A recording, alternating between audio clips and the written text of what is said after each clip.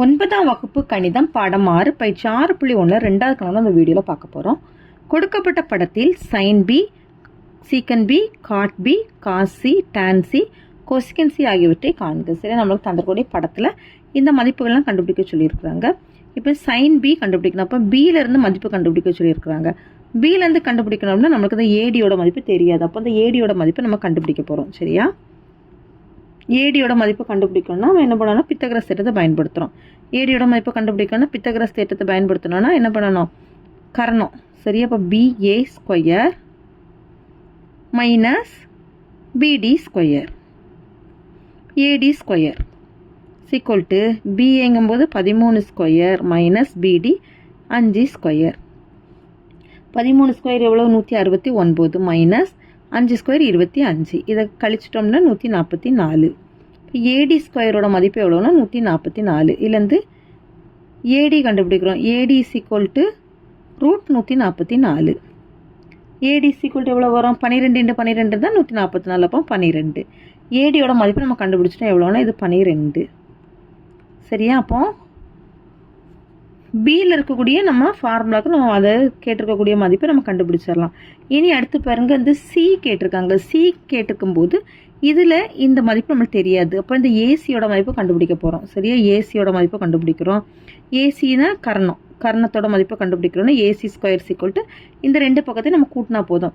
இங்கே இதில் பாருங்க, நம்மளுக்கு ஏடி கண்டுபிடிக்கணும், கர்ணம் கண்டுபிடிக்க வேண்டாம். ஏடி கண்டுபிடிக்கிறதுனால நம்ம கர்ணத்துலேருந்து இந்த இதை கழிச்சிருக்கிறோம். கர்ணமே கண்டுபிடிக்கிறதுனால இதை ரெண்டுத்தையும் கூட்டினா போதும். அப்போ AD square plus DC square. AD ஸ்கொயரோட மதிப்பு எவ்வளவு, 12 square plus DC square 16 square. 12 square எவ்வளோ, 12 × 12 144. 16 ஸ்கொயர் 16 × 16 256. 144 256 கூட்டிட்டோம் அப்படின்னா 400. இதுதான் என்னது, ஏசி ஸ்கொயர். இப்போ இதுலேருந்து ஏசியோட மதிப்பை கண்டுபிடிச்சிட்டோம் அப்படின்னா √400. இப்போ 20 × 20 தான் 400. அப்போ நம்ம 20 எடுத்துடலாமா. இப்போ ஏசியோட மதிப்பு எவ்வளவு, 20. சரியா, இனி ஒவ்வொரு மதிப்பையும் நம்ம கண்டுபிடிக்கிறோம். இப்போ இந்த பி, ஓகேவா, பியிலேருந்து நம்ம மதிப்பை கண்டுபிடிக்கிறோம் அப்படின்னா இதுதான் நம்ம டீட்டாவாக எடுத்துக்கணும். டீட்டாவாக அதை எடுத்துட்டோம்னா இது என்னென்னா, இது நீளமான பக்கம் தான் கர்ணம். அப்போ கர்ணத்தோட மதிப்பு 13. இது எதிர்பக்கம். எதிர்பக்கம் எவ்வளோ, 12. இது அடுத்துள்ள பக்கம். இது இந்த முக்கோணத்துக்கு பி பொறுத்து நம்ம கண்டுபிடிக்கும் போது. சரியா, ஃபர்ஸ்ட் ஒன் சைன் பி. சைனோட ஃபார்முலா என்னது, எதிர்பக்கம் பை கர்ணம். இப்போ எதிர்பக்கம் 12, கர்ணம் 13, 12/13. அடுத்து செகண்ட் ஒன்று சீக்கன் பி. சீக்கன் பியோட ஃபார்முலா என்னது, சீக்கன் பிக்கு கர்ணம் பை அடுத்துள்ள பக்கம். இப்போ கர்ணத்தோட மதிப்பு 13, அடுத்துள்ள பக்கம் 5. சரி, அடுத்தது மூணாவது காட் பி. காட் பிங்கும்போது டான் பிக்கு என்ன ஃபார்முலா, எதிர்பக்கம் பை அடுத்துள்ள பக்கம். காட் பினா அடுத்துள்ள பக்கம் பை எதிர்பக்கம். ஏன்னா நம்ம தலைகீழாக தானே வரோம். இப்போ அடுத்துள்ள பக்கம் இதில் 5, எதிர்பக்கம் 12. சரி, இப்போ நம்ம பியில் இருக்கக்கூடிய மதிப்பு நம்ம கண்டுபிடிச்சிட்டோம். இந்த இடத்துல சி கண்டுபிடிக்கிறோம். சி பார்த்தோம் அப்படின்னா இதுதான் சி டீட்டா. இதனுடைய எதிர்பக்கம் 12 தான். இதுதான் கர்ணம். இது அடுத்துள்ள பக்கம். கர்ணம் 20, எதிர்பக்கம் 12, அடுத்துள்ள பக்கம் 16. சரி, அப்போ காசு சி.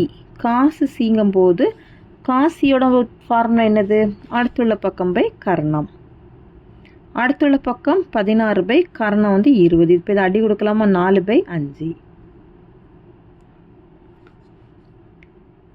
அடுத்தது டான் சி.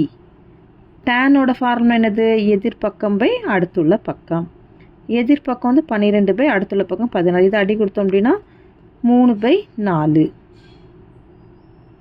அடுத்தது ஆறாவது கொசிகன் சி.